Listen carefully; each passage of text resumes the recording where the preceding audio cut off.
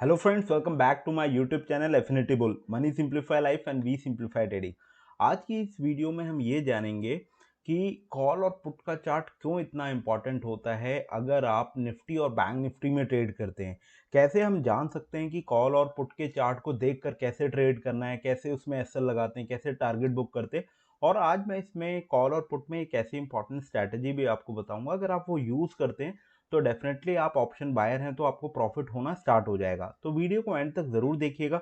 और अगर अभी तक आपने मेरे यूट्यूब चैनल को सब्सक्राइब नहीं किया है तो please subscribe the channel, like button ज़रूर दबाएं और साथ ही साथ नोटिफिकेशन बेल को प्रेस करें ताकि जब भी नया वीडियो आए उसका नोटिफिकेशन आपको टाइमली मिलते रहे।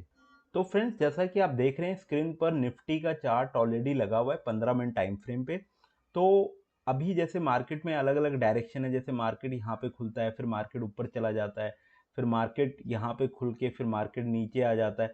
तो इस तरह से कैसे हम फाइंड आउट कर सकते हैं कि मार्केट का डायरेक्शन क्या रहने वाला है। और ये सारी चीज़ हम कॉल और पुट के चार्ट को देखकर भी कर सकते हैं। अगर आप कॉल और पुट के चार्ट पर आपको यूज़ करना आता है तो आप ये फाइंड आउट कर सकते हैं कि मार्केट का डायरेक्शन बेसिकली कैसे रहने वाला है और आप कब कब बाय कर सकते हैं, कब आप अपना प्रॉफिट बुक कर सकते हैं। तो ये सारी चीज़ आपको कॉल और पुट के चार्ट पे बहुत अच्छे से समझ आ जाएगी। और इसमें बहुत ही एक इम्पॉर्टेंट चीज़ होती है, अगर आप कॉल और पुट के चार्ट पर काम करना चाहते हैं तो सबसे इम्पॉर्टेंट जो इसमें पैरामीटर होता है वो होता है स्ट्राइक प्राइस का सिलेक्शन।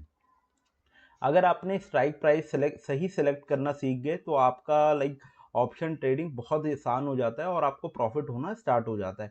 तो सबसे इंपॉर्टेंट क्या चीज़ है? स्ट्राइक प्राइस का सिलेक्शन। तो मैं इस वीडियो में हम क्या करेंगे, अलग अलग जैसे 8 मार्च का, 9 मार्च का और 6 मार्च का, अलग अलग जिस भी डे में जिस भी तरह का मूवमेंट हुआ है उसके अकॉर्डिंग हम अपना कॉल और पुट का चार्ट लगाएंगे और देखेंगे कि कॉल और पुट के चार्ट पर हमें क्या देखने को मिलता है।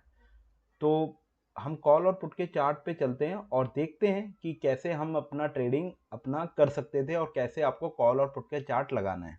तो फ्रेंड, जैसा कि आप देख रहे हैं मैंने ज़ीरोधा में कॉल और पुट का चार्ट लगा रखा है। एक ही स्क्रीन पर मैंने कॉल और पुट का चार्ट लगा के रखा हुआ है। ये आपके कॉल का चार्ट लगा हुआ है और ये पुट का चार्ट लगा हुआ है, ठीक है। अब एक चीज़ इसमें हम देखते हैं कि एनालिसिस हमें कौन से दिन की करनी है। तो सबसे पहले हम निफ्टी के चार्ट पर चलते हैं और ये देखते हैं हम कौन से डे की एनालिसिस करने वाले। ये 6 ऑफ मार्च की हम सबसे पहले एनालिसिस करते हैं, 6 ऑफ मार्च की, ठीक है। तो 6 ऑफ मार्च में जैसे मार्केट अपसाइड रहा है, फिर यहाँ से मार्केट को रेजिस्टेंस मिली और मार्केट नीचे आया, ठीक है। अब ये देखेंगे कि कॉल और पुट का चार्ट हमें क्या बता रहा था और इस दिन 6 ऑफ मार्च के दिन हमने कौन से स्ट्राइक प्राइस को सिलेक्ट किया हुआ है, ठीक है। ये चीज़ बहुत इंपॉर्टेंट है, ये चीज़ देख लेते हैं कॉल और पुट के चार्ट पर। तो कॉल और पुट के चार्ट पे हम चलते हैं। ऑलरेडी मैंने स्ट्राइक ऑलरेडी लगा के रखी हुई है और इसमें जो हम स्ट्राइक सेलेक्ट कर रहे हैं कॉल साइड, वो 17,650 सेलेक्ट कर रहे हैं। 17,650 की कॉल हमने ये लगा के रखी हुई है और 17,750 की पुट, ठीक है। सबसे मैंने आपको बताया ना, सबसे इंपॉर्टेंट पैरामीटर जो होता है वो ये होता है स्ट्राइक प्राइस का सिलेक्शन, ठीक है। तो सबसे पहला हमारा क्राइटेरिया कंप्लीट हो गया है कि हमने कौन सी स्ट्राइक सेलेक्ट कर ली। अब ये देखते हैं कि इस दिन बेसिकली मार्केट में किस तरह का स्ट्रक्चर बना हुआ था। हम 6 ऑफ मार्च को आ जाते हैं, ये देखिए 6 ऑफ मार्च को आ जाते हैं, ठीक है। और यहाँ पे भी पुट साइड देख लेते हैं 6 ऑफ मार्च को क्या बना हुआ था, ये देखिए। क्लियर है? ठीक है। ये 6 ऑफ मार्च है और ये भी 6 ऑफ मार्च है, ठीक है। अब एक चीज, बहुत इंपॉर्टेंट चीज जो मैं आपको बताने वाला हूँ इसमें, इसको गौर करेंगे। अब इसमें कुछ इंडिकेटर्स मैंने लगा के रखे हुए हैं। एक सबसे बेस्ट इंडिकेटर जो मेरे लिए वर्क करता है वो ये होता है, ये येलो ईएमए, ठीक है। एक ये ईएमए है जिसका मैंने कलर एक्चुअली येलो रखा हुआ है, इसीलिए मैं इसको येलो ईएमए कहता हूँ, ठीक है। अब इसका जो सेटिंग है ना, ये सेटिंग हमारे खुद के रिसर्च का पार्ट है, इसलिए मैं उसको अभी बता नहीं रहा हूँ आपको। बट अगर आपको जानना है ये कैसे काम करता है तो आप मुझे रीच आउट कर सकते हैं। अब इसमें होता क्या है, अगर प्राइस इसके ऊपर होगा ना कॉल का, ठीक है, तो हमारी जो एंट्री बनेगी वो कॉल साइड बनेगी, ठीक है। तो इस दिन बेसिकली ज़्यादा इतना मूवमेंट नहीं था। आप ये देख सकते हैं मार्केट इसके ऊपर क्लोजिंग दी है। तो मैंने, अगर आपने लेट से कहीं यहाँ पे भी बाय कर लिया, ठीक है, तो आपको एक 20 से 30 पॉइंट का प्रॉफिट तो गारंटी होना ही होना है। 20 से 30 पॉइंट का प्रॉफिट यहाँ पे हो गया, ठीक है। और आप ये देखें पुट साइड क्या था, 6 तारीख को प्राइस नीचे था, ठीक है, तो प्राइस नीचे गया है, उसके बाद कहीं ना कहीं मार्केट ऊपर आया है। तो इसमें केवल एक ही चीज नहीं है, इसमें कई सारी चीजें करी जा सकती हैं पैरेलल। आप ये देख रहे होंगे, ये एक जो ये रेड है ये वीवैप है बेसिकली। आप वीवैप कॉल और पुट के चार्ट पे भी यूज कर सकते हैं। अभी देखिए कॉल साइड जब वीवैप से नीचे कॉल का प्राइस आ गया है और यहाँ पे देखिए प्राइस पुट साइड वीवैप से ऊपर आ गया है, तो आप यहाँ पे बाय कर सकते हैं पुट भी, ठीक है। तो इस तरह से ये स्ट्रैटेजी चलती है।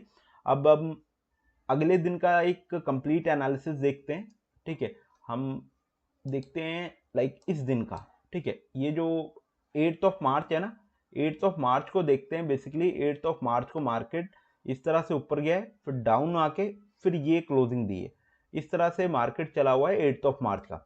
अब ये देखेंगे कि कॉल और पुट के चार्ट ने हमें कितने अच्छे से बता रखा था कि आपको निफ्टी में कब बाय करना है और निफ्टी में कब सेल करना है और कब अपना टारगेट बुक करना है। तो इसके लिए जो सबसे इंपॉर्टेंट चीज है, हम स्ट्राइक प्राइस को सेलेक्ट करेंगे सबसे पहले, ठीक है। और वो कैसे सेलेक्ट किया जाता है, मार्केट को लाइक बेसिकली मार्केट कहाँ ओपन हो रहा है और लाइक प्रीवियस क्या क्लोज था, ये सारे पैरामीटर मिलकर ये डिसाइड करते हैं कि हमें किस स्ट्राइक में काम करना है। तो 8th ऑफ मार्च को भी हमने जो स्ट्राइक सेलेक्ट करी हुई है वो 17,650 की करी हुई है। और 17,650, एक मिनट, 17,650 की हमारे पास कॉल है और 17,750 की पुट है, ठीक है। ये देखिए, अब ये यहाँ पे डेट नोट करना, ये 8th ऑफ मार्च है, ठीक है, और ये 9th ऑफ मार्च है। कॉल साइड मैंने 15 मिनट का टाइम फ्रेम रखा हुआ है और पुट साइड मैंने 5 मिनट का टाइम फ्रेम रखा हुआ है। इसके पीछे लॉजिक भी है, ठीक है, तो आप कमेंट सेक्शन में पूछ सकते हैं इसके पीछे का क्या लॉजिक है, ठीक है। जैसा कि मैंने आपको बताया, अब ये देखिए ये 8th ऑफ मार्च है, ठीक है, ये वाला आप नोट करिए, ये 8th ऑफ मार्च है। अब पहले क्या था, निफ्टी में क्या था, रेड कैंडल बना था, तो पुट साइड कैसा कैंडल बना है, ग्रीन कैंडल बना हुआ है, ठीक है। और यहां से देखिए यहां पे एक मार्केट को रेजिस्टेंस देखने को मिल रही है, उसके बाद प्राइस देखिए नीचे आया है, प्राइस नीचे आ गया, यानी मेरे को ये पता था कि पुट इस तरह खुली भी है तो येलो का वो रेजिस्टेंस लेगी, ठीक है, येलो का क्या लेगी, वो रेजिस्टेंस लेगी। फिर देखिए यहां से पुट का प्राइस नीचे आया हुआ है, ठीक है। मैं यहाँ पे वेट कर सकता हूं कि जब प्राइस पुट का इस येलो से नीचे आ जाएगा तब मैं कॉल बाय करूंगा, क्योंकि क्या है, जब पुट का प्राइस नीचे आएगा तो कॉल ऊपर जाएगा।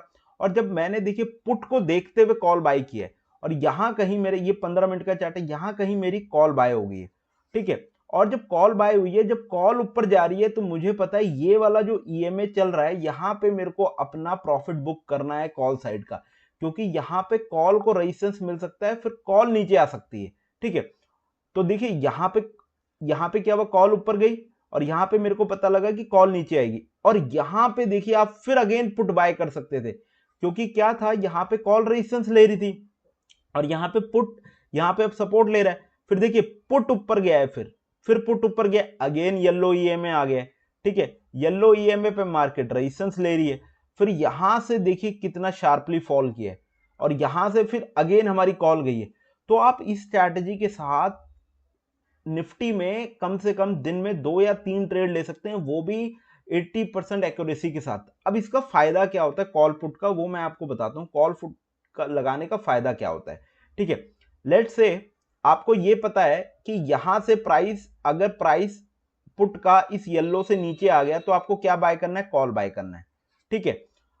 और आपको करना क्या है, लेट्स से यहां पे आपने इस पर्टिकुलर प्राइस पे आपने कॉल बाय किया 100 रुपीज, ये 100 रुपीज यहां चल रहा है, यहां पे लेट्स से आपने 1110 पे आपने कॉल बाय कर लिया।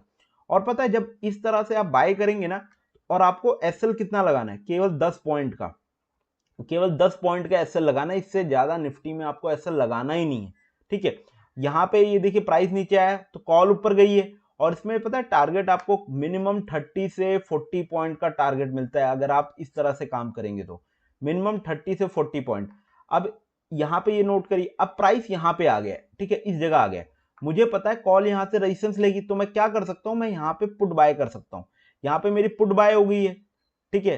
अब मान के चलिए कहीं ना कहीं पुट 135 पे बाय हो गई है, और मेरे को जब पुट बाइंग हो गई है तो मेरे को एसएल केवल 125 या 124 तक ही देखना है, उससे ज्यादा का एसएल देखना ही नहीं है, ठीक है। और टारगेट इसमें अगेन देखिए टारगेट कितना ऊपर गया है, तो टारगेट इसमें वही रहता है कम से कम 30 से 40 पॉइंट। तो इसमें जो आरओआई आपकी निकल के आती है वो 1:3 से लेकर 1:, कभी कभी 5 तक जाती है। तो इसलिए ये स्ट्रैटेजी कॉल और पुट को अगर आप यूज करेंगे तो आपका प्रॉफिट प्रोबेबिलिटी बहुत बढ़ जाएगा, एसएल आपका छोटा हो जाएगा, ठीक है। अब इसमें हम और दूसरे दिन का भी एनालिसिस देख लेते हैं, ठीक है।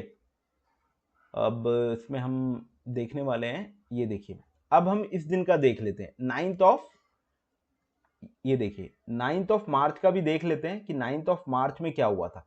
ये देखिए मार्केट यहाँ खुला, ठीक है, प्रीवियस डे की यहाँ से फिर मार्केट इस पैटर्न में डाउन आया हुआ है, ठीक है।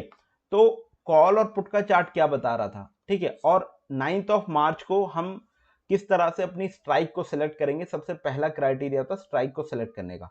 अब इस मार्केट को देखते हुए हम अपनी स्ट्राइक को चेंज भी करेंगे, ठीक है।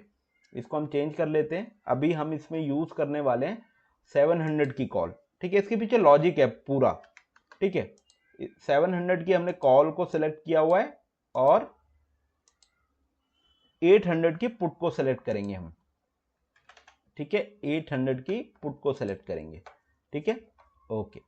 हमने 800 की पुट को सिलेक्ट कर लिया है, कब के लिए, 9 मार्च के लिए, क्लियर है, ओके। एक मिनट, ओके, ठीक है।